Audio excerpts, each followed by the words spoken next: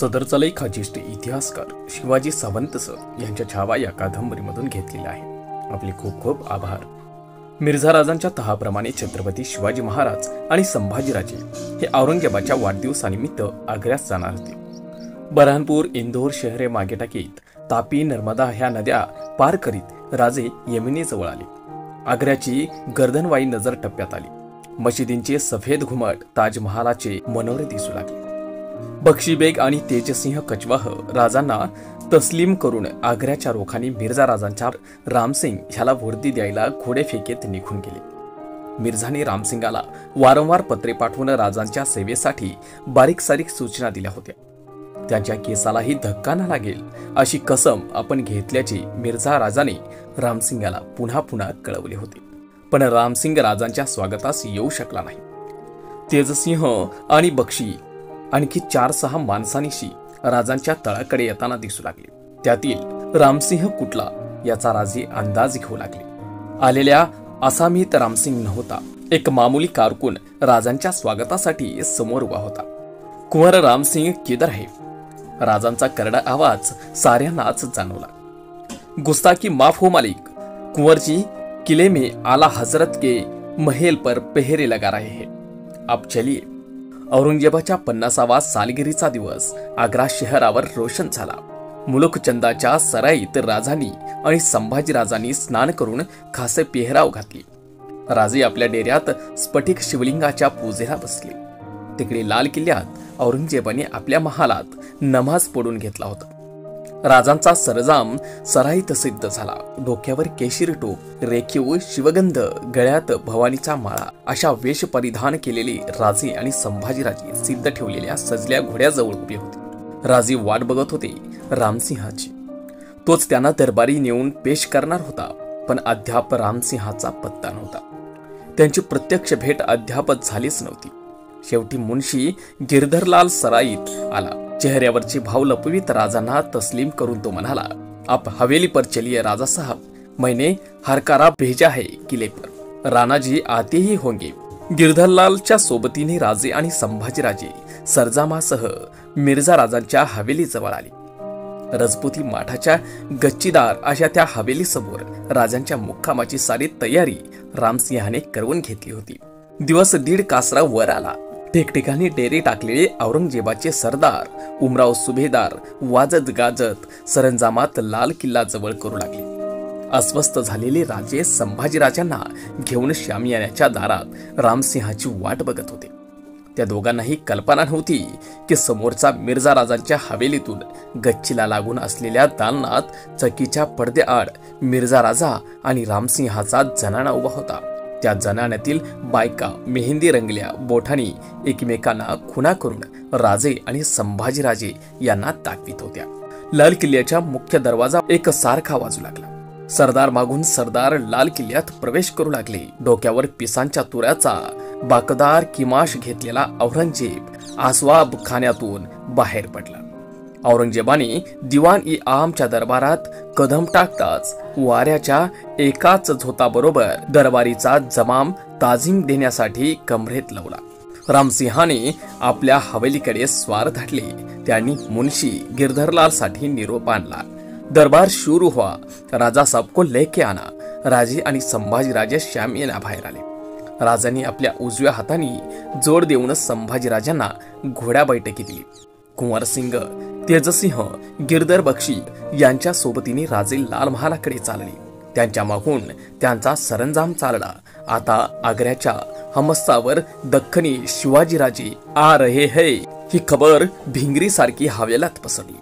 राजे आणि संभाजीराजे आग्र्याच्या रस्त्यात खैरात वाटत चालत होते आणि लाल किल्ल्यात दिवाण-ई-आमच्या दरबारात औरंगजेब नजरे आणण्याची तबके स्वीकारित होता। तिकडे लाल किल्ल्यात दिवाण-ई-आमचा दरबार बरखास्त झाला। राजांना नजर म्हणून 7-8 जुलबाज हत्तीचा तांडा बरोबर घेऊन रामसिंह घाई गर्दीने बघेजवळ आला। कुंवरसिंहाने पुढे होत राजांना रामसिंहाची परिचय करून दिला। घोड्यावर मांड घेतलेल्या गोऱ्या पान रामसिंहाचे कपाळ घामेजून आले होते।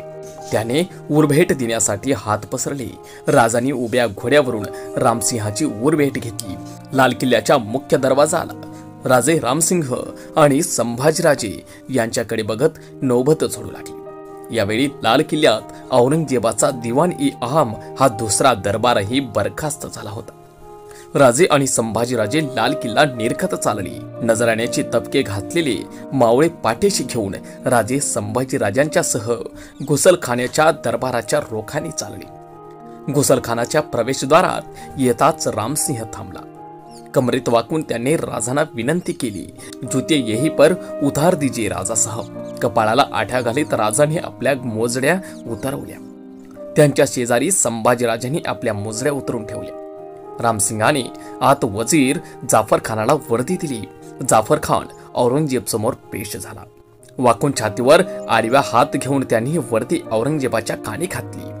आला हजर दख्खन से शिवाजीराजे भोसले, आपके फर्जत के साथ आया है। रामसिंह पेश आने की इजाजत मागता है। ती वर्दी ऐकताना गर्दीला रेललेला औरंगजेब पुढे झाला।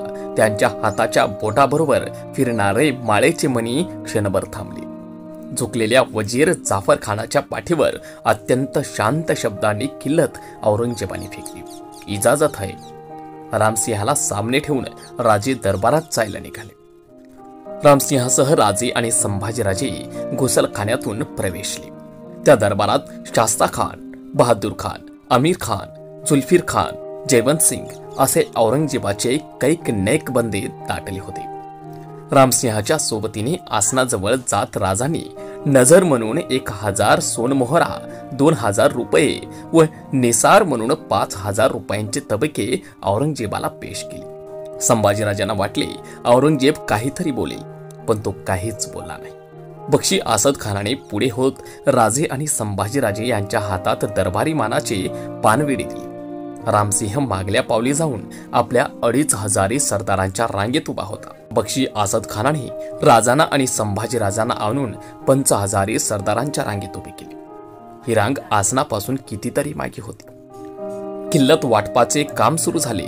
जाफर खान आणि जयवंत सिंग यांना किल्लती देण्यात आल्या। किल्लत घेतलेला जयवंत सिंग मागच्या हट्ट्या कदमांनी मागे येत राजांच्या समोर उभा राहिला। आता शाही दरबार बरखास्त होणार होता। घुसलखानाच्या संगमोरी भिंतीवर रोमांच उठतील असे खणखणीत बोल राजांच्या तोंडून बाहेर पडले। रामसिंह आडवे येणारे सरदार कसे तरी चुकवीत घाबरलेला रामसिंह राजाजवळ आला। समोरच्या पाठमोऱ्या सरदारांकडे हात करून पेटत्या डोळ्यांच्या राजांनी त्याला सवाल केला, ये हमारे सामने कौन खडा है? जीवो महाराज जयवंत सिंग। रामसिंहाला राजांचे काय बिघडले ते कळेना। जयवंत सिंग, हमारे मुल्क से भागा हुआ जयवंत सिंह, इसके पीछे हमें खड़े किया तुमने? हम ये बर्दाश्त सहन नहीं कर सकते। आणि राजांच्या समोर किल्लत असलेले तबक राजांनी आपल्या हाताने उडवून दिला। नकळत राजांचा हात संभाजीराजांच्या हातातून निसटला।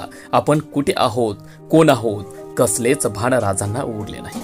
कसलाही विचार न करता राजे सरळ आपल्या रांगेतून बाहेर आले। पेशवाटेच्या तलम रोजाम्यावर येताच त्यांनी औरंगजेबाच्या आसनाकडे तडकपाठ केली। त्यांना गाठण्यासाठी रामसिंह पाठमोर धावू लागला। ते दोघेही पितापुत्र दरबाराबाहेरच्या सदर ज्योत्यावर आले। दरबारात गडबड मचली होती। जाफर खानाकडून औरंगजेबाला कळले की शिवाजीराजे किल्लत के लिए खपा हो गए है।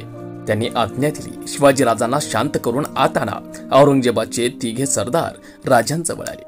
त्यांना पुन्हा किल्लत देण्याची विनंती करू लागली।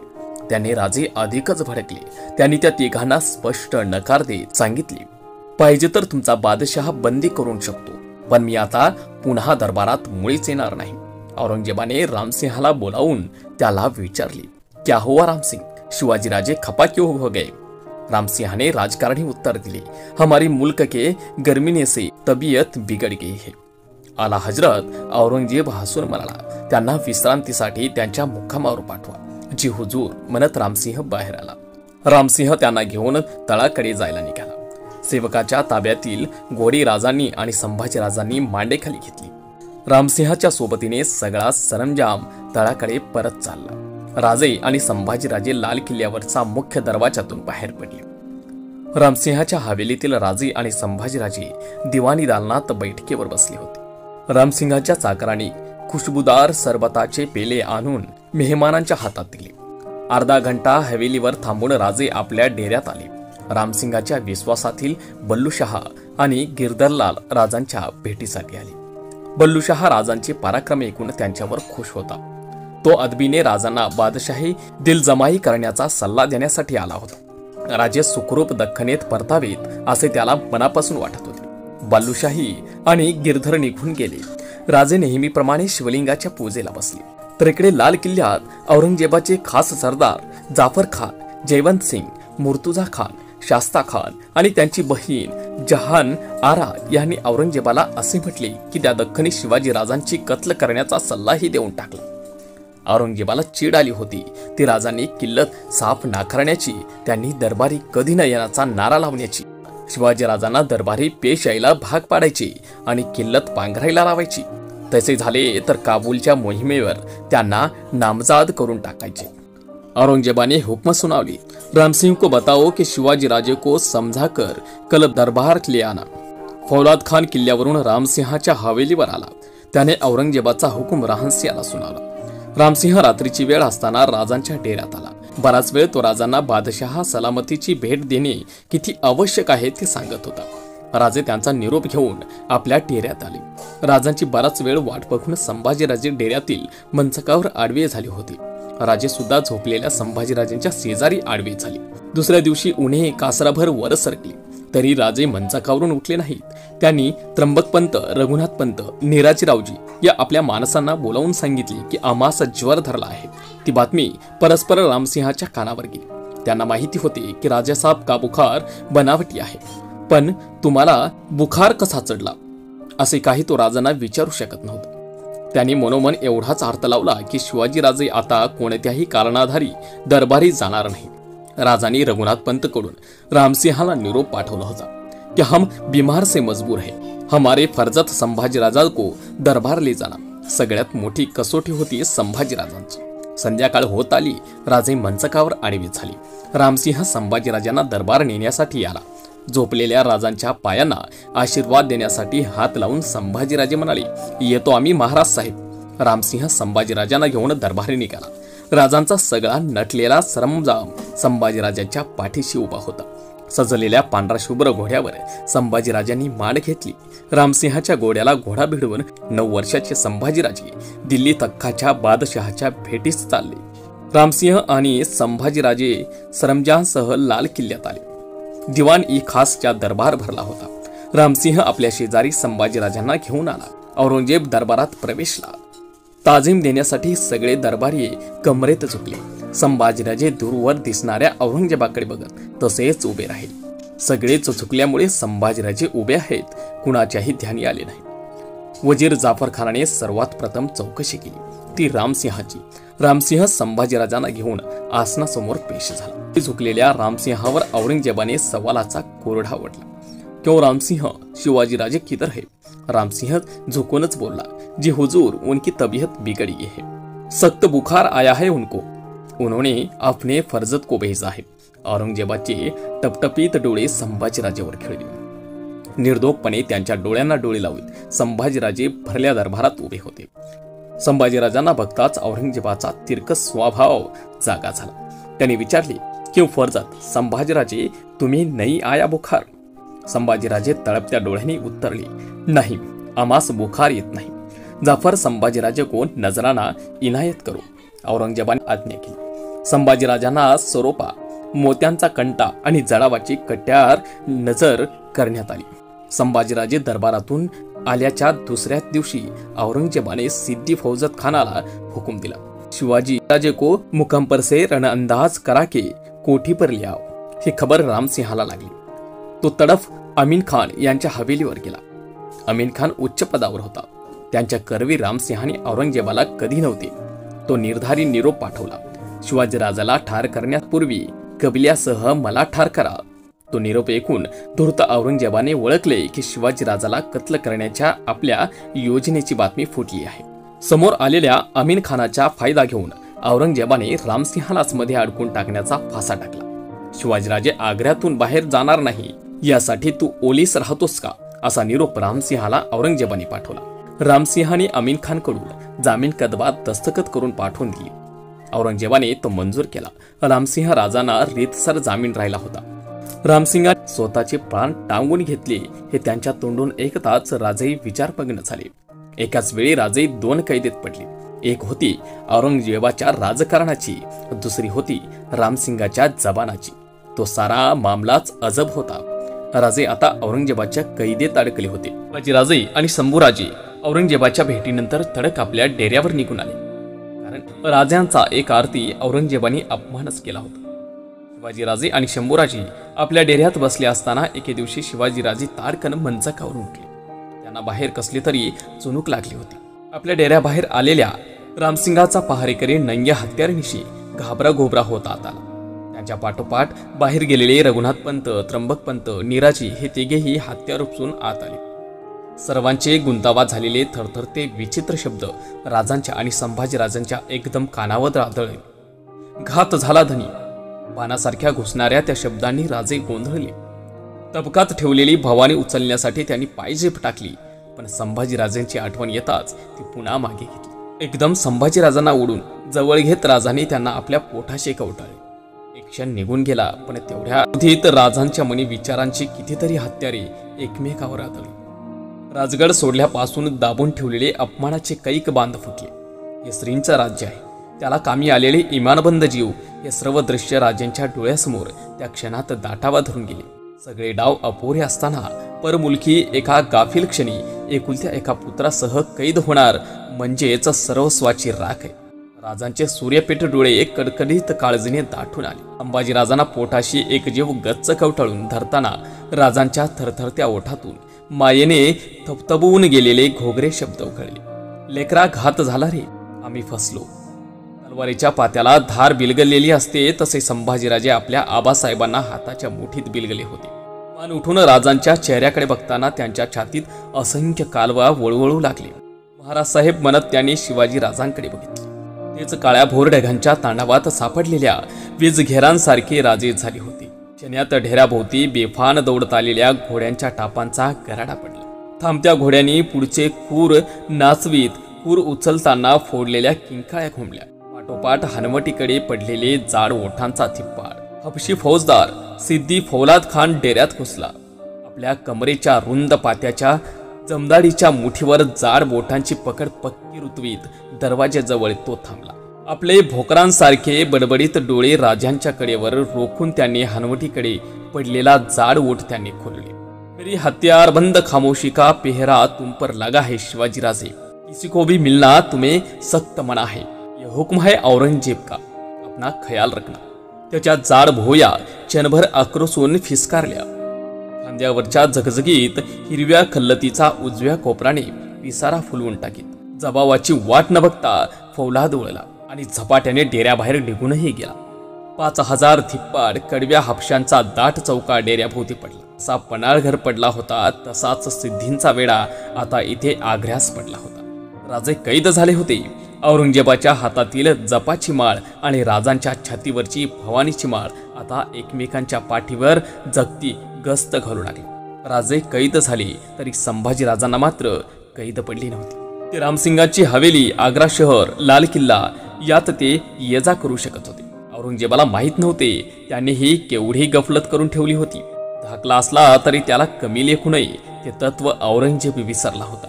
राजे आता वरून अगदी शांत दिसू लागले, पण आत त्यांच्या मनाशी मनाचा तुळुंब संवाद साधत होता. कैची चाल खेळावी हेच राजांना समजत नव्हते. राजांनी मनोमनी भवानीचे नाव घेत शतरंजांची पहिली खेळी बाहेर काढली. एका संध्याकाळी खाशा सवाऱ्यांची दिवट्यांची सलामी द्यायला आलेल्या मावळ्यांना बघताच भुया वर चढवीत राजांनी जरबेने विचारले, कशाला आलात? निघून जा इथून. आमचे आणि बाळराजांचे होणे असेल ते होईल. राजांनी शेजारी उभ्या असलेल्या संभाजीराजांना जवळ घेतले. मावळे चरकले. तो शोरगुल ऐकून फौलाद खान डेऱ्याजवळ आला. त्याला बघताना एका सारख्या फेया घेता घेता राजे मावळ्यावर कडाडले. काय सांगतो आम्ही, चालते व्हा इथून. तुमचा विचार कराया आम्हास अवसर नाही, तुम्ही निघा. राजांनी आपले मावळे गोंधळले बघून त्यांना हा देखावा असल्याची खूण देण्यासाठी गळ्यातील माल उचून आपल्या कपाळी शिवगंधाला भिडवून सोडली. हुशार मावळेनी हा बनावा हेरला. पण आम्ही जावं कुठं? राजे बोलले, कुठेही जा पण आता इथून निघा. राजे फेरा घेरतच राहिले. तेवढ्यात सिद्दी फौलाद खान आत येत राजांना विचारले, क्या हुआ राजा साहब? खान, इन लोगों का बोझ हम पर किस लिए? जाने दो इन्हें, मैं औरंगजेब को अर्जी पेश करता हूँ, दे दो दस्तक इनको. राजांनी फौलाद खानामार्फत औरंगजेबाला आपली शिबंदी परत पाठवण्यासाठी दस्तके देण्याविषयी एकूण 3 अर्ज राजांनी पाठवले. इकडे बहरजीने आपले खबरगिरी निरनिराळ्या वेशांत आग्र्यास पेरून टाकले होते. मला रामसिंगाच्या तळावरून हलवा असा एक अर्ज राजांनी औरंगजेबाला केला होता. दुसरा अर्ज असा होता की मला संसाराचा कंटाळा आला आहे, काशीच जाण्याची इजाजत मला अहलर्जींनी द्यावी, संन्यास घेऊन तेथे राहण्याची माझी इच्छा आहे.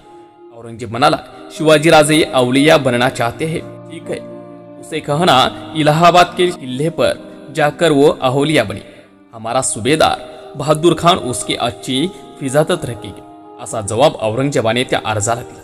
परंतु तिसरा जाब औरंगजेबाने मंजूर केला होता. राजांच्या सोबत दक्षिणेतून आलेली मंडळींना पुन्हा आपल्या देशी जाण्यासाठी औरंगजेबाने परवानगी दिली होती. राजांचा आणि औरंगजेबाचा शतरंज एकमेकांचे मनसुबे मारण्यासाठी रंगू लागला. जे घडत होते त्यांनी औरंगजेबाची जाण नकळत आपोआप वाढत होती. पण कसल्या पेचात आहोत हे त्यांनी हेरले होते. रामसिंगाशी शंभूराजे अधिक दबदेने वागू लागले. वेळ मिळेल तेव्हा शंभूराजे कुंभारवाडीत जाऊन कुंभाराची गाठभेट घेऊ लागले. नेहमीप्रमाणे एके दिवशी ते रामसिंह लाल किल्ल्यात आले. रामसिंगाला कळले की बादशाह सलामत पैलवानों का जंग देख रहे हैं. एका प्रशस्त गोलाकार मैदानात ताक आणि तेल टाकून मळलेला लाल मातींचा फौदा होता. हौदाभोवती फिरलेला भक्कम कोटाला लागून मांडलेल्या एका आसनावर औरंगजेब बसला होता. त्यांच्या पाठीमागे काहीतरी सरदार उभे होते. आग्र्याच्या तळपत्या उन्हात हौदातील लाल माती चमकत होती. तर इकडे मैदानात कुस्तीपटू औरंगजेबाला कुर्णीस देऊन हौदाला हेरा घेत होते. सलामीची माती आपल्या जोडीदाराच्या हाती घेत दनादन मांडी ठोकत होते.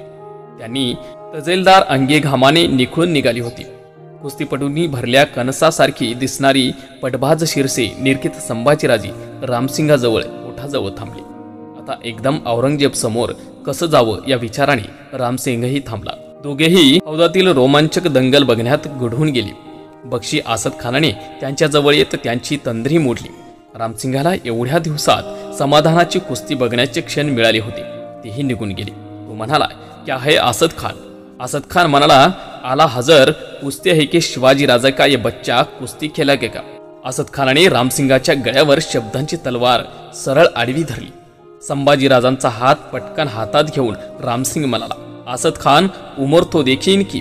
तेवढ्या क्षणी आसद खानाला कल्पना नसताना संभाजीराजे त्याला म्हणाले, हा, जरूर खेळू आम्ही कुस्ती, पण तो या चाकरी ठेवलेल्या कुस्तीपटूंशी नाही. असले पैलवान आम्हास रोजचे मुजरे करतात. आमच्या जोडीचा शहाजादा उतरेल हौदात तर आम्ही हौदात उतरू. आसद खानाने संभाजीराजेची जबान औरंगजेबाच्या कानावर घातली. बसल्या आसनावरूनच औरंगजेबाने संभाजीराजांना निरखले. आसद खान शंभूराजांना पैलवानीचा मुजरा आणि बक्षीस द्या एवढेच औरंगजेब म्हणाला. आणि आपले शहाजादे कसे शंभूराजांसोबत हात रुतवतील या शंकेबरोबर तो आसनावरून उठला आणि नमाज पडायला आपल्या महालात निघून गेला. त्याला माहिती होतं की शंभूराजांसोबत आपला कोणी शहाजादा मैदानात उतरला तर शंभूराजे त्याला माती चारतील. औरंगजेबाने शिवाजीराजांना कपटाने कैद केल्यानंतर राजे आपल्या तलावर अडकून पडले. त्यातच एके दिवशी आग्र्याचा मुलूक गदगदू लागला. मृगांचा सरीबाज पाऊस लाल किल्ला ताजमहालच्या कोठ्यावर रपरप कोसळू लागला. पहारा देणे सोयीचे व्हावे म्हणून फौलाद खानाने राजांना रामसिंगाच्या हवेलीला लागून असलेल्या दगडबंद कोठीत हलवले. खुल्या मैदानात शामियानात असलेले राजे अधिक बंदिस्त झाले. राजांच्या मनी विचारांचा पाऊस काळा कोसळू लागला. सरीवर सरी, विचारावर विचार धावणी धरू लागले आणि खुद्द आपल्याच माणसांना हापका बसावा म्हणून राजे ठरवून आजारी पडले. राजांनी आजारीपणाचं सोंग घेतले होते. पहाऱ्यावरच्या हापशांनी शिवाजीराजे बिमार हो गए ही खुशीची खबर परस्पर फौलादाच्या जाड कानात नेऊन सोडली. राजांची पूछताछ करायला तो कोठीत आला. सुना है तुम्हारी तबियत बिगड़ गई है राजा साहब. पाय ओढत चुकार चाल धरणाऱ्या घोड्यांकडे हापशी गोडे फारकी बघतो तसा फौलाद खान राजांना निरखू लागला. राजे मुद्दाम आपण खूप आजारी आहोत असे नाटक करीत होते. उभ्या चर्येवर वेदनेचा भंडारा फासून घेत राजे पलंगावरून उठले. फौलाद खान, आता आम्हास जीवाची घालमेल होत आहे. आमच्यावर एक मेहरबानी करा. आमच्या पापांची आम्हास फेड करू द्या. आम्ही मिठाईची खैरियत करावी म्हणतोय. धाप लागल्यागत करीत राजे थांबले. कपळेची शिवगंध त्यांनी आक्रोशून टाकली. खाली मान टाकून राजे बोलले, पापांचा बोजा शिरावून झटकण्यासाठी आपल्यालाच नफरत वाटते आहे. खान डोळे ताणून बघतच राहिला होता. शेजारी पलंगावर टेकलेले संभाजीराजे कापल्या नजरेने राजांना निरखू लागले. आम्हास खैरियत येण्याची इजाजत औरंगजेबाकडून मिळवून द्या फौलाद खान, एवढी मेहरबानी आमच्यावर करा. वेदना असह्य झाल्यासारखी भासवीत जगदंब जगदंब म्हणत राजे पलंगावर आडवे झाले. राजांचे ते दुःख पाहून फौलाद खान म्हणाला, जरूर जरूर, हम कोशिश करेंगे राजा साहब. खान कोठेबाहेर गेला. संभाजीराजे लेटल्या राजांच्या कपाळाकडे बघत राहिले.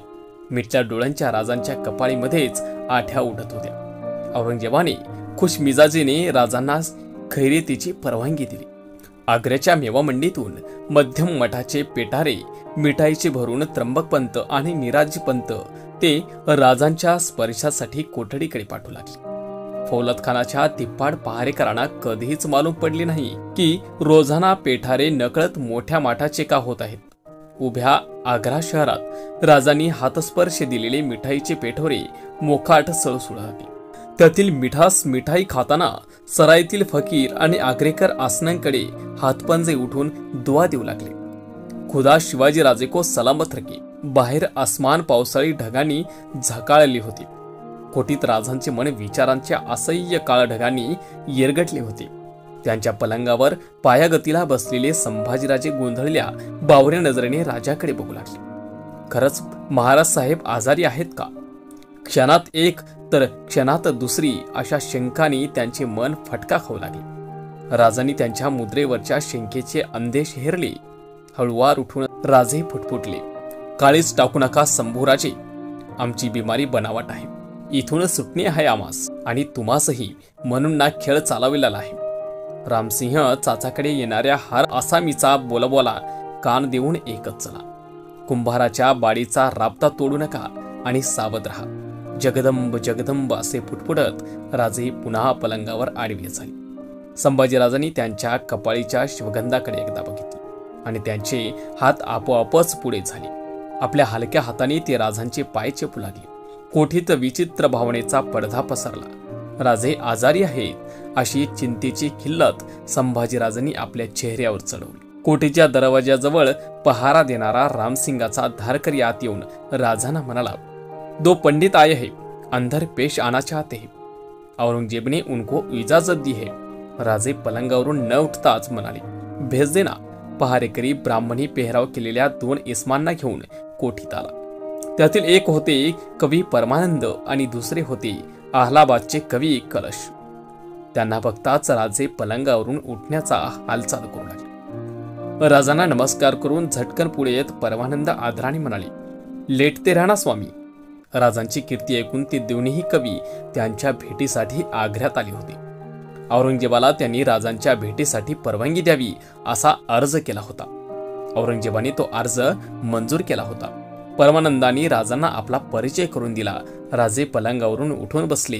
ये कनौज के कविवीर है, कवी कलश.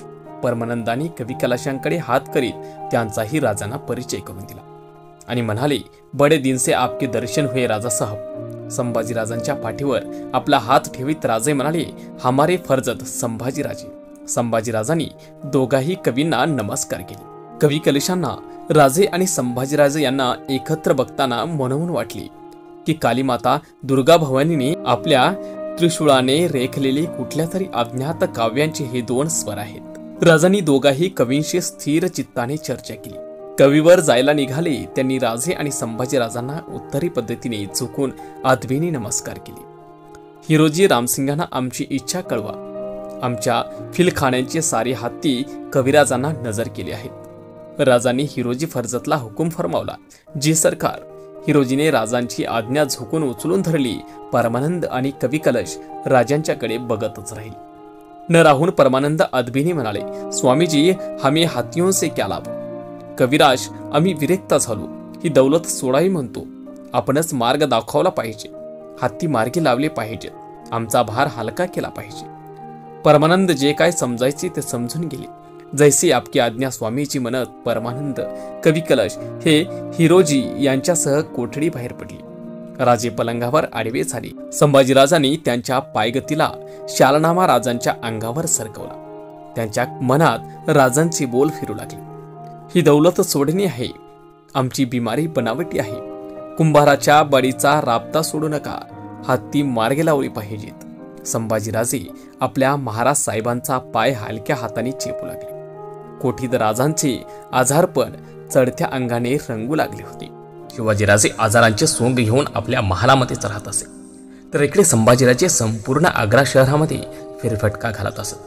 एके दिवशी संभाजीराजे आणि रामसिंह आग्रा शहराचा फेरफटका करून परतत होते.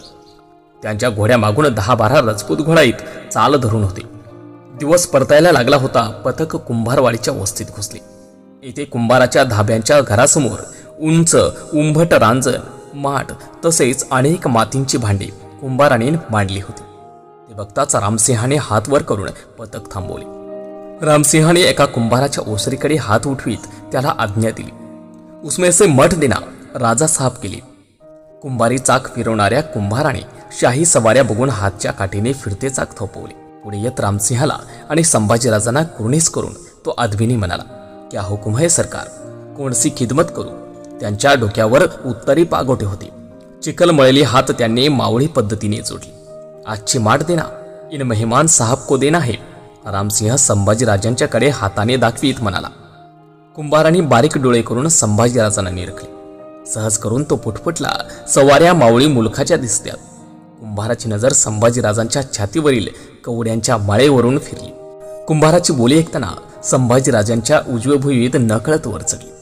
संभाजीराजे मनातल्या मनात म्हणाले, असा मी आपल्या देशाची दिसते. एक विचार त्यांच्या मनाच्या चाकावर फिरला. काहीतरी आकार घेऊ लागला. कुंभाराने एक गोल खडा उचलून सेवकाला भाजीव मठ ठणाठण वाजवून दाखवला. संभाजीराजांच्या मनात कसले तरी ठोके ठणठणून गेले. हातात पेलून सेवकाने 4 मठ खरेदी केली. रामसिंगाने कमरेच्या शेल्यात खोचलेल्या दिनाराची थैली खेचून सेवकाच्या दिशेने घोड्यावरूनच फेकली. ती झेलीत सेवकाने कुंभाराला मठाचे दिनार दिले. थैली आणून पुन्हा रामसिंगाच्या हातात दिली. एक एक उचलून कुंभाराने आणि सेवकाने मठ 4 स्वारांच्या हातात दिले. सेवकाने घोड्यावर झेप घेतली. कुंभाराने वाकून पुन्हा घोड्याचे कायदे खेचणाऱ्या रामसिंगाला तस्लीम केले. रामसिंह संभाजीराजांना मानेच्या झटक्याबरोबर म्हणाला, चलिये कुंवर शंभूराजे. रामसिंहाने घोड्याला टाच देताच त्यांच्या राजपूत घोडाईतीनेही टाच दिला. पथक हलले. मुद्दाम कायदे आखडते धरून संभाजीराजांनी आपल्या घोड्याला लटकी टाच दिल्यासारखे केले. घोडे गोंधळले. पुढे जायचं का थांबायचं या आदेशाने खूर मागे पुढे नाचूनच जागेच थांबले. रामसिंह आपल्या पथकांसह 5-10 कदम पुढे गेल्याचे संभाजीराजांनी खातरजमा करून घेतली. झटकन आपल्या गळ्यातील टपोऱ्या मोत्यांचा कंठा उतरून हातात घेतला. कुंभार संभाजीराजांच्या घोड्याकडे बघत दिनार मुठीत धरून थांबला होता. संभाजीराजांनी हातातील कंठा कुंभाराच्या हातात दिला. आम्ही मावळाची भवानी आईच्या सेवक, पारख ठेवा, येतो आम्ही. रामराम.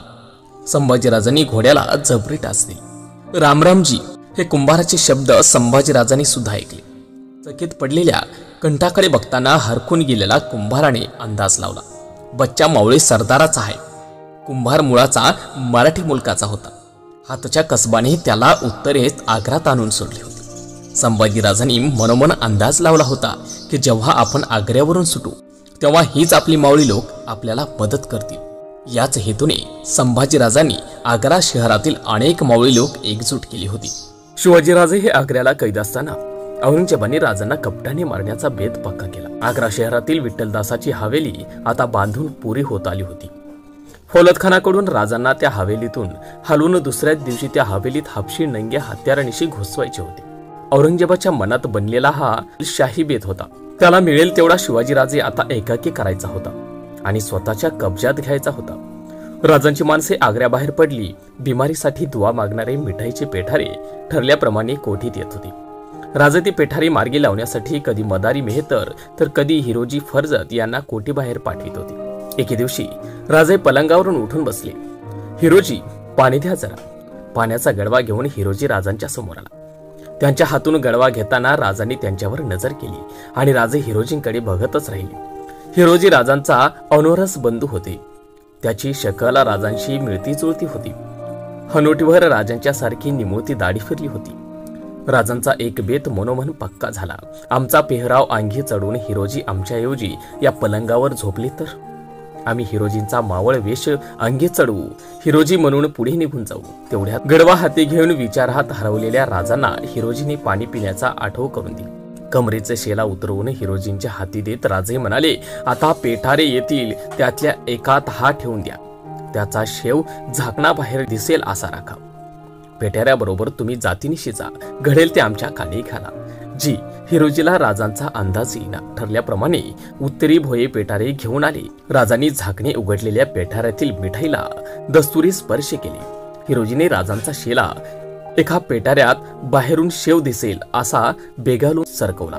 कमरेत झुकून राजांना अदबोजरा घालीत हिरोजी 5 कदम मागे हटला आणि पेठाऱ्याबरोबर कोठेबाहेर पडला. कोठीच्या तोंडावरचा एक पहारा चुकला. तेवढ्यात सिद्धी हमशाने शेल्याचा लोंबता शो बघून आपले बटबटे डोळे ताणीत भोयांना दरडावले. ठहरो. त्या पेठाऱ्याकडे तलवार ठोकीत तो म्हणाला, खोलिये. भोयाने तो पेठारा जमिनीला टेकवला. हिरोजीने झटकन पुढे होत पेठाऱ्याचे झाकण उघडले. खाली करो या सब. पेठाऱ्यातील सगळी मिठाई त्याने बाहेर काढायला लावली. राजांनी अंदाज बांधला तसेच घडले होते. सिद्धी पेठाऱ्याशी केव्हाही झडती घेतच होता. दरबारातून बाहेर आलेल्या रामसिंगाचे घोडेपथक लाल किल्ल्याच्या डव्या दरवाजातून बाहेर पडले. रामसिंगाचा चेहरा चिंतावला होता. त्यांच्या बगलेला धरून एका जातवान घोड्यावर मांड घातलेले संभाजीराजे कायदे पेलत धीम्या चालीने दौडत होते. कोणीच काही बोलत नव्हते. मागे राजपुती घोडाईत धावणी करून धावत होते. औरंगजेबाने खूप हुशारीने राजांच्या कत्तलीचा बेत आखला होता. परफितवा केलेल्या लाल किल्ल्याच्या भिंतीने तो रामसिंगाच्या कानी आज घालताच उद्याच राजांना हलवण्यात येणार होते आणि परवाला जुम्म्याच्या दिवशी नापाक राजांना या जगातून पाठवण्यात येणार होते. रामसिंगाचा जीव मानफासात अडकवल्यागत घुसमटत होता. घोड्याचा खूर टापांचा आवाज त्याला विचित्र वाटू लागला. राजांना इथून हलवणार आणि कपटाने मारून टाकणार हा निरोप राजांना कोठीत पोहोचायला हवा होता आजच, आणि तो सुद्धा मोठ्या सावधगिरीने. पण तो कसा पोहोचायचा? रामसिंगाला राजांना भेटण्याची दरबाराने मनाई घातली होती. कोठे त्याला जाता येत नव्हते. निरोप पोहोचवण्यासाठी कसूर झाला तर नतीजा ठरलेला होता. रामसिंगाची हवेली आली. महारात अस्वस्थ येरझाऱ्या घालणाऱ्या रामसिंगाची मूठ मध्येच कमरेच्या तलवारीच्या मुठीवर गच्च बसत होती. बैचैन झालेल्या रामसिंगाने छातवान रीते करीत एक लोंबता असहाय्य निश्वास सोडला. संभाजीराजे रामसिंगाच्याच घालमेल बघून बैठकीवरून उठले. त्यांच्याजवळ जात म्हणाले, चाचा, कोण प्रकारची तकलीफ? संभाजीराजांना घेऊन तो थेट हवेलीच्या तेवमहालात आला. तेवमहालाचे दार बंद केले. रणचंडींच्या पायावरचे एक बेलपत्र उचलले. संभाजीराजांच्या हातात ते ठेवताना रामसिंगांचे डोळे भरून आले. कुंवर शंभूराजे बड़े होशियारी से सुनना, आज रात कोठी में राजा साहब मिलना, कहना कल तुम्हें कोटे से हिलाया जाएगा, ये बेलपत्ता उन्हें देना. गळा दाटून आलेल्या रामसिंगाला अधिक बोलवणे नाही. त्याने आवेगाने संभाजीराजांना पोटाशी बिलगले. खाना घेऊन राजांना भेटण्यासाठी संभाजीराजे कोठीत आले. महाराज साहेबांची पायधूळ घेऊन त्यांनी कोठीभर आपली सावध नजर फिरवली. भिंतीला टेकून मदारी आणि हिरोजी उभे होते. बसा. पलंगावर लेटल्या राजांनी हाताचा पंजा बिछाणीवर थोपटला. संभाजीराजे आदबीने राजांच्या बिछाणीवर टेकले. कोठीच्या दरवाजावरचे राजपूत आणि हपशी पहारेकरी हत्यारे पेलून आड फेरत टाकत नेहमी सारख्या येरझारे घालत होते. त्यांच्या कोठीत आलेल्या फिरत्या सावल्या राजे आणि संभाजीराजे यांना क्षणभर झळकावून टाकत होते. राजांनी मायेने विचारले, थाळा घेतलात शंभूराजी? जी. संभाजीराजांनी होकार दिला. महाराज साहेब, रामसिंग चाचांचा सांगावा आहे. तुम्हास उद्या बादशाह कोठीतून हलवणार आहे.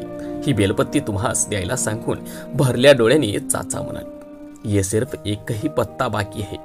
संभाजीराजांनी ते एक बेलपान राजांच्या हाती ठेवले. राजांचे सारे विचार क्षणात उफळले. कोठीत बदलणे म्हणजेच कत्तल, केलवाने मरण. झटकन कोपरावर भार देत राजे बगलेने अर्धवट उठले. राजे म्हणाले, शंभूराजे, आज तुम्ही कोठीतच झोपा. संतपणे राजे पलंगावर लेटते झाले. हिरोजी खानसाहेबांना निरोप द्या. बाळराजे आजची रात्र कोठीत झोपण्यासाठी हत्या करतायत. त्यांना इथं झोपू द्या म्हणावं. जी. हिरोजी बाहेर गेला. हिरोजीने फौलाद खानाचा निरोप परत्या पावलाने आणला. महाराज खानसाहेब म्हटलं, बेशक सोने दे बच्चों को अपने बाप के साथ. रात्रीने चौक भरला. कपाळच्या शिवगंधावर उजव्या हाताने पालथी मनगट धरून राजे पलंगावर पडून होते. त्यांच्या एका बगलेला फरसबंदीवर हिरोजी बसला होता. पलंगावर पाया शेजारी संभाजीराजे बसले होते. राजांच्या तळपायांना तेलवत चोळण्याच्या निमित्ताने मदारी पायगतीला बसला होता. राजे दबक्या आवाजात बोलू लागले, बाळाराजे असे जवळ या. संभाजीराजे पुढे सरकते झाले. नीट ध्यान देऊन आम्ही सांगतो ते ऐका. उद्या सकाळी तुम्ही कोठेबाहेर पडा. पहिला दरबार उघडताच तब्येत ठीक नाही म्हणून आम्ही निघतो असे रामसिंग चाचांना सांगून सर्जेरावांसह किल्लेबाहेर पडा. तिसऱ्या प्रहारानंतर आम्ही आलो ना आलो तरी तुम्ही सर्जेरावांसह आग्राबाहेर कूच करा. त्यांच्याजवळ दस्तके आहेत ती दाखवून मथुराजवळ करा. ते सांगतील तसे वागा. मदारीने पुढे होत संभाजीराजांचा टोप हाती घेतला. संभाजीराजे पलंगावर आडवे झाले. राजांनी झोपल्या संभाजीराजांची मान हलकेच बिछाणीवर ठेवली आणि त्यांच्या शेजारी आडवे झाले. थोड्या वेळाने राजांनी हळू आवाजात हिरोजींना आवाज दिला. हिरोजी जी. राजे हिरोजीची दबक्या आवाजात बोलू लागले, आमच्या सऱ्या लपकी ध्यानी घेतल्या ना? जी. हिरोजींनी होकार दिला. पहाटे लाल किल्ल्यावरती नौबत दुडदुडते ती ऐकायला जागे राहा. त्यावेळी बादशहा नमाज पडतो. रात्रीचे पहारे त्यावेळी गस्त देत पडतात. त्यावेळी आमची जागा तुम्हास बिमार म्हणून झोपायचा आहे. तुमचा चेहरा आमच्याशी मिळती जुळती आहे.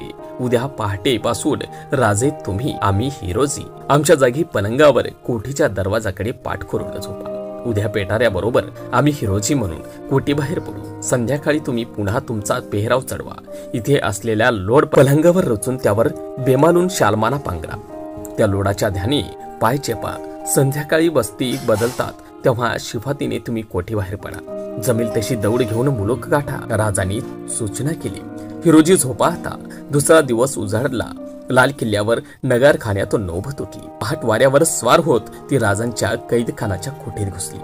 राजे जागीच होते. राजांची साथ घातली. हिरोजी जी. राजांनी दुसरी हाक दिली. मदारी खालून जाबाला. जी. जागा आहे राजे. मदारी दरवाजाची जागा घे. कुणी कोठीच्या आत डोकावले तर इशारत कर. जी. मदारी उठला. कोठीचा दरवाजा आणि जाळीदार खिडकी यावर नजर ठेवीत पहारा देऊ लागला. हिरोजींनी पडल्या पडल्या अंगीचा पेहरावा उतरवला. राजांनी उभा केलेल्या गोंधळ रंगू लागला. पलंगावर पडूनच राजांनी आपला दामा बदलला.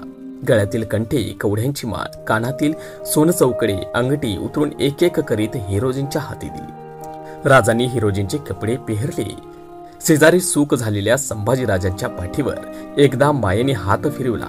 राजांचा साज चढवून हिरोजी तयार झाला होता. हिरोजी आम्ही उठतो. आमची जागा घ्या. राजांनी अंगावरचा शालनामा हळूच दूर हटवला. राजे पलंगावरून खाली उतरले. क्षणात मन बांधून हिरोजी पलंगावर चढला. त्या हालचालीत झोपलेल्या संभाजीराजांनी हुसकारा सोडीत फुक्कूस करत घेतली. हिरोजीने त्यांच्या पाठीवर मायाचा हात फिरवला. वर भरून आलेल्या हिरोजी म्हणाला, महाराज. राजांनी त्याला धीर दिला. तुम्ही आता राजे आहात. पलंगावर हिरोजी शेजारी सुख झालेल्या संभाजीराजांना याची काहीच कल्पना नव्हती. दिवस वर आला. संभाजीराजे उठले. मदारीने त्यांच्या हातात पाण्याचा गडवा दिला. मदारीने संभाजीराजांना त्यांचा टोप कमरेत वाकून अदब पेश केला. हिरोजी पलंगावर पडून होता. संभाजीराजे पलंगाजवळ जात म्हणाले, महाराज साहेब. हा येतो आम्ही. पाय शिवण्यासाठी पलंगाच्या पायाकडे सरकले. खोकत हिरोजीने झटकन पाय पोटाशी घेतले आणि हिरोजी म्हणाले, शंभूराजे आम्ही सांगितलेलं नीट ध्यानीत राहा.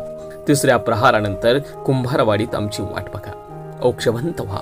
संभाजीराजांनी जी म्हणत 3 वेळा पलंगाला मुजरा केला आणि ते कोठीबाहेर पडू लागले. नराहूनही मावळा वेशातली राजे भिंत सोडून पुढे झाली. दरवाजातून दूर जाणारे संभाजीराजांच्या पाठीमोरी मूर्ती राजे एकटक बघत होते. थोड्या वेळानंतर मिठाईची पेठारी घेऊन सेवक आतमध्ये आले. राजांच्या वेशातील हिरोजी पलंगावरती झोपले होते. पिटाऱ्याला हात लावण्यासाठी ते पलंगावर उठले आणि आपल्या हाताने स्पर्श करून एक पेठारे पुढे पाठवला. दुसऱ्या पेटाऱ्यांच्या सोबती हिरोजींचा वेशांतर केलेले राजे पेठाऱ्यांच्या सोबत आले आणि राजांनी स्पर्श करून दुसरा पेठारा पुन्हा पाठवण्यास मंजुरी दिली. आता ह्यामध्ये राजे आग्र्याबाहेर कसे पडले यामध्ये इतिहासामध्ये मतभेद आहे. काही ठिकाणी इतिहासकार म्हणतात की राजे त्या पेठाऱ्यामध्ये बसून आग्र्याबाहेर पडले, तर काही इतिहासकारांच्या मते राजे ते पेठाऱ्यांसोबत येणाऱ्या पोहित्यांच्या सोबत मिठाईंच्या पिठाऱ्यांना खांदा देऊन राजे बाहेर पडले. तर इकडे तिसरा प्रहर टळलीला गेला होता. संभाजीराजे त्र्यंबकपंत आणि निराजपंत कुंभाराच्या मेठावर होते. घोगडीवर बसलेले संभाजीराजे विचारांच्या पाठलागाने हैराण होत होते. संभाजीराजांना 2 स्वार तुडक्या गतीने येताना दिसले. दोन्ही घोडताईंच्या डोक्यावर घेरेदार खंगणी पगड्या होत्या. त्या स्वारांपैकी सर्जेराव जेदे पुढे झाले. चला टाकोटाक निघायचं आहे. ते म्हणाले, महाराज साहेबांशिवाय निघायचं आहे कुठे आणि कशासाठी? सर्जेरावांच्या पिछाडीला असलेल्या घोडाईत पायउतार झाला. सरचौकोनांची निमित्त करून त्याने थोडीशी मान झुकवली ठेवली. संभाजीराजांनी ओळखले होते की ते आपले महाराज साहेबच आहे. मनाची रुजवान डोळ्याने पटवून देताना संभाजीराजे पायझेप टाकीत पुढे झाले. राजे सर्वांसह कुंभाराच्या मेठात आले. आपल्या मेठावर काय घडले आहे याची कुंभाराला थोडी सुद्धा कल्पना नव्हती. संभाजीराजे कुंभाराला कंठा देत म्हणाले, बाबा हे घ्या आणि आमच्यासाठी एक करा. काय सरकार, आम्ही औरंगाबादीस जातो आहोत, येतो आम्ही. पुढे संभाजीराजांचा घोडा ठेवून राजे सर्जेराव त्र्यंबकपंत आग्र्यातून दक्षिणेकडे बाहेर पडणाऱ्या वेशीजवळ आले. राजांच्या आदवाप्रमाणे पहाऱ्यांच्या हापशाने ते पथक हटवले. सर्जेराव घोडे पुढे घेत हापशाजवळ गेले. त्यांनी कमरेला ठेवलेली दस्तके काढून दाखवली.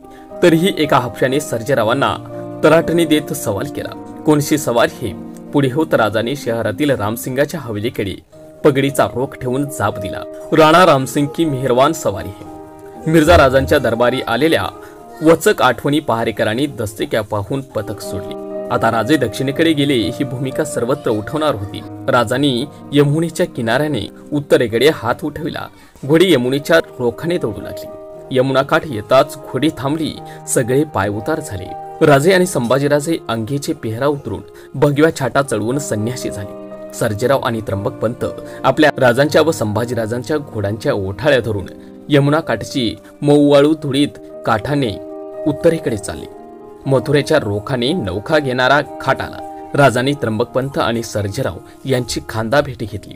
घाटावर निराजी, कवींद्र परमानंद, कवी कलश यांच्यासह सिद्धीच होते. न दिसणाऱ्या यमुनेच्या पात्राला राजे आणि संभाजीराजांनी नमस्कार केले आणि ते नौकीत चढले. पाठोपाठ निराजी वर चढले. पात्राच्या माथ्यावर येताच राजांनी खांद्यावर चढवलेल्या झोळीत हात घातला. सोनमोहरांची भरली मूठ बाहेर काढून ती संभाजीराजांच्या हाती देत म्हणाले, यमुना माईला अर्पण करा. संभाजीराजांनी सोनमूठ यमुनेच्या कृष्णमुखात सोडली. यावेळी औरंगजेबाची लाल किल्ल्याची नमाज संपली होती. तो खुदा तालाला भरल्या आभाळाकडे पंजे उठून दरबारी पावती देत होता. त्याच वेळेचा कायदा घेऊन कोठीत पलंगावर लोड रचून हिरोजी सीताप कोठी बाहेर पडला. मदारीने औषधे आणण्याच्या निमित्ताने केव्हाच कोठीला पाठ दाखवली होती. सारे पक्षी उडाले होते. छत्रपती शिवाजी महाराज वेषांतर करून आग्र्यातून निसटल्यानंतर राजे यमुना नदीच्या काठी आले. राजे आणि शंभूराजे एका नौकेत बसले. यमुनेवर लाटा उमटवीत नौका किनाऱ्याकडे चालली होती. बराच वेळ मनाच्या कोपऱ्यात घर करून राहिलेलं एक आश्चर्य राजांनी संभाजीराजांना विचारले, कुंभारांच्या घरासमोर हिरोजींच्या वेशातही तुम्ही आम्हास कसं पारखलं? राजांच्या पायावर नजर टाकीत शंभूराजे आदबीने म्हणाले, डोकीवर टोप असल्यासारखेच चालत होतात तुम्ही आबासाहेब. आम्ही तुमच्या चालीवरूनच तुम्हाला ओळखले. थोड्या वेळाने नौकेतून उतरून मथुरेच्या ब्राह्मण वस्तीतील एका कौलारू घरात संन्यासी आणि बाल संन्यासी सरले. अर्थात ते वेषांतर केलेले राजे आणि शंभूराजे होते. हे घर मोरोपंत पिंगळ्यांची मेहुणे कृष्णाजीपंत यांचे होते. निराजींनी त्यांचा तपास लावून राजांना त्या सुरक्षित जागी आणले होते.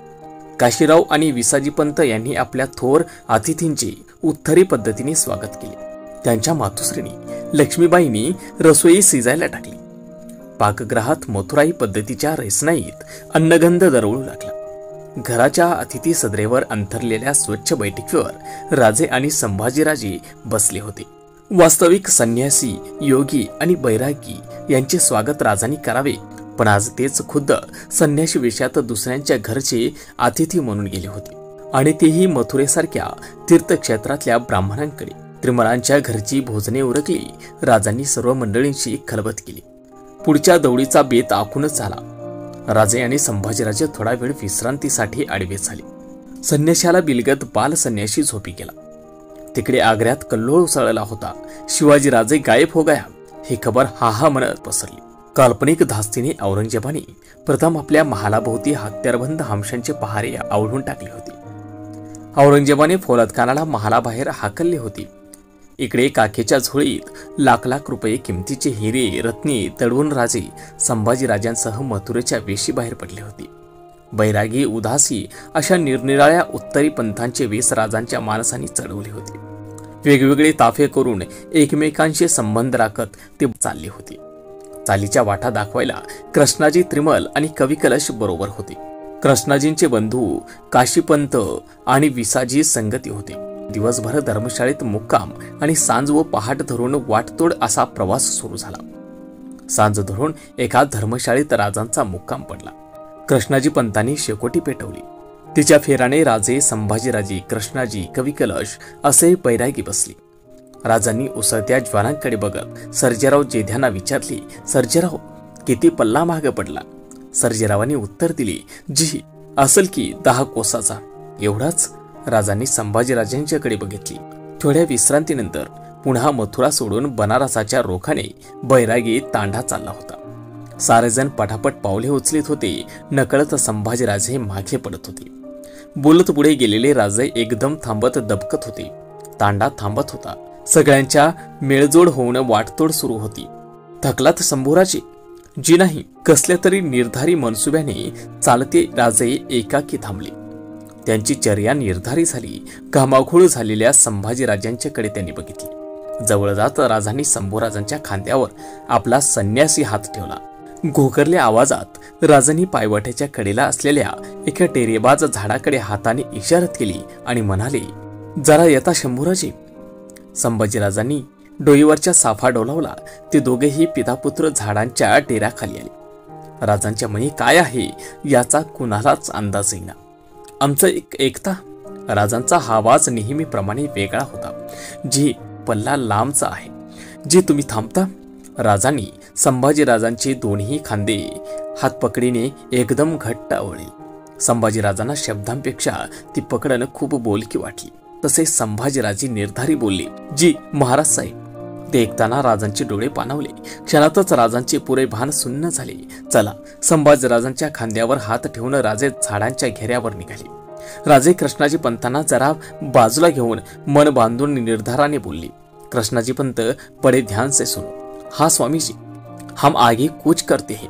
हमारे फर्जत शंभूराजे, केशोपंत और कवि जी के साथ पीछे लौटेंगे मथुरा में. यह हमारी सबसे कीमती अनामत आज तुम्हारे हाथ में है. राजांनी कृष्णाजी पंतांना धीर दिला आणि ते शंभूराजांना बोलले, केशोपंतांबरोबर परतीची चाल धरा. ते सांगतील तसे वागा. कुणी बरोबर घेतल्याखेरीज बाहेर फिरू नका. राजे सावधगिरीच्या साऱ्या सूचना जळवल्या शब्दांनी संभाजीराजांना देऊ लागले. राजांनी तिरुमलांच्या घरचा अंदाज घेत विचारले, केशोपंत, तुम्हारे घर में कौन कौन है? त्रिमल उत्तरले, माँ है, भाई बहन है. राजे धीराने बोलले, आज से ये तुम्हारे भांचे, ध्यान रखना. आणि निरोपाचा तो क्षण आला. भवानीच्या 2 डोळ्यांसारखे ते पितापुत्र दिसत होते. राजांनी झोळीत हात घालून एक सोन्याची छोटेखानी शिवपिंड बाहेर काढली. शिवपिंड शंभूराजांच्या ओंजळीत देत राजे म्हणाले, आता सूर्याचा आणि दिवट्याचा मुजरा हिला करत चला. हिच्यावर भरोसा ठेवा. शिवपिंडी छातीला बिलगत संभाजीराजांनी पुढे होत गुडघे भुईला टेकली. आपले बैरागी कपाळ त्या चक्रवर्ती संन्याशाच्या पायावर टेकवले. संभाजीराजांच्या डोकीवरच्या साफ्यावर राजांचे आशीर्वाद पडले. शंभूबाळ उठा. महाराज साहेब, आमचा महासाहेबांना, थोरल्या आणि धाकट्या आऊसाहेबांना, धाराऊला साऱ्यांना मुजरा सांगा. ते ऐकताना राजे गलबलले. आपला सर्वात किमती हिरा जपण्यासाठी केशोपंतांच्या हाती काही हिरे मानकी ठेवली. शंभूराजांच्या मस्तकी हात ठेवून राजे अवसान घेत म्हणाले, ओक्षवंत व्हा. आम्ही पत्रे देऊन खबरगीर धाडू. ती पावताच टाकोटाक हुशारीने निघा. हे त्रिमल काका सांगतील तसेच वागा. जपून रहा. जय भवानी. निघतोय आम्ही. आता तुम्ही सुद्धा परतीचा प्रवास गाठा. जय जिजाऊ, जय शिवराय, जय शंभूराजे.